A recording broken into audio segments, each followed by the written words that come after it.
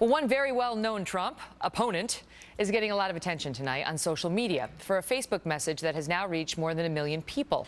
Brad Thor wrote that Donald Trump fails his litmus test of liberty and has repeatedly worked to undermine it.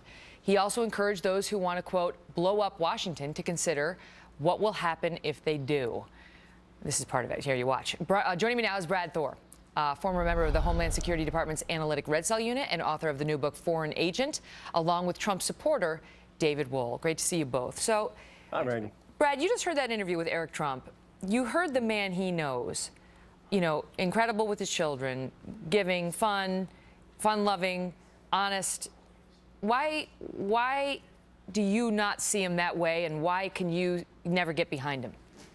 Well, his children obviously see a very private, personal part of Donald Trump. I'll tell you, I wasn't very moved by that interview because they're saying Paul Ryan can take him, leave him. They don't really care. They don't need him, just like they don't need conservatives.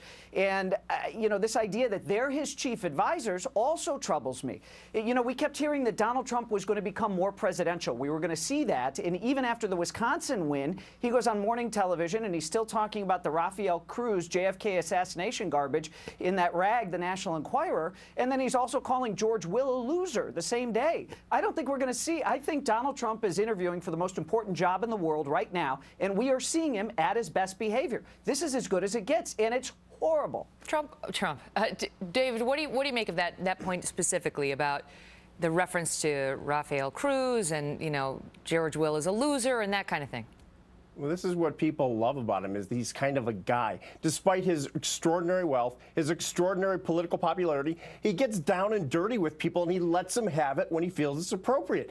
But, Megan, he's got policies that people love. I mean, I've got neighbors. I've got a firefighter neighbor, a teacher who's a Democrat, who loves him and who's going to vote for him. His policies of pro-Second Amendment, his policies of pro-life, pro-protecting the border, not selling America out, making America first, appeal to everybody across the political spectrum. And you can nitpick at little things he said in the past. And I read Brad's article. He called him a despot. He's not a despot. He's a deal maker. He's made a career out of give and take, the kind of give and take that will end up benefiting America, Megan, rather than, for example, the Iran deal. Hold on, David. Give him a chance to weigh in. Go ahead, Brad. I didn't call him a despot. What I said is if you look at Donald Trump's character, he particularly has a very disturbing character trait, which is a tilt towards authoritarianism.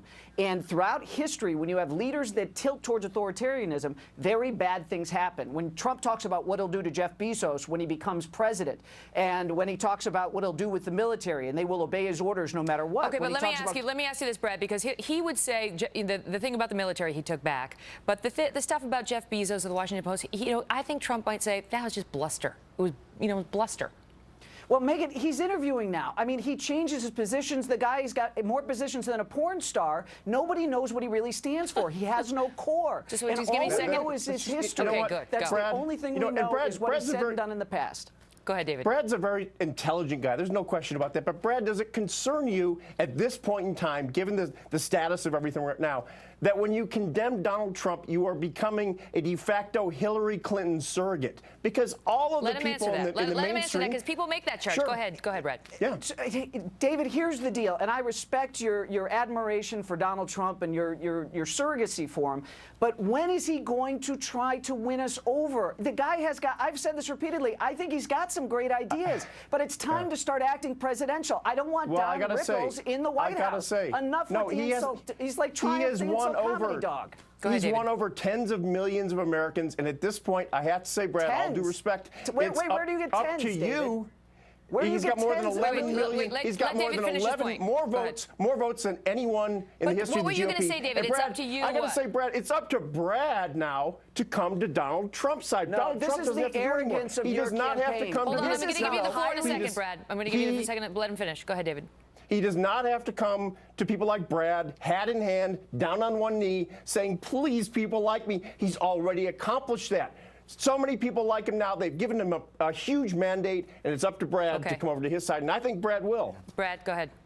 Well, I am not going to come over to Donald Trump if he's acting like this. And that shows you Donald Trump is not only extremely arrogant, but David, that statement as a fellow American is incredibly arrogant that somehow I've got to go to him. He wants to represent me. He's an American, no better, no worse than I am. And he has to prove himself worthy of that office. And that kind of arrogance is beneath the dignity of the entire country. It's All right, And as we've he's got to done leave so it at when he that. will do. It's a great debate. Brad Thor's Facebook post now has been seen by almost 1 million people.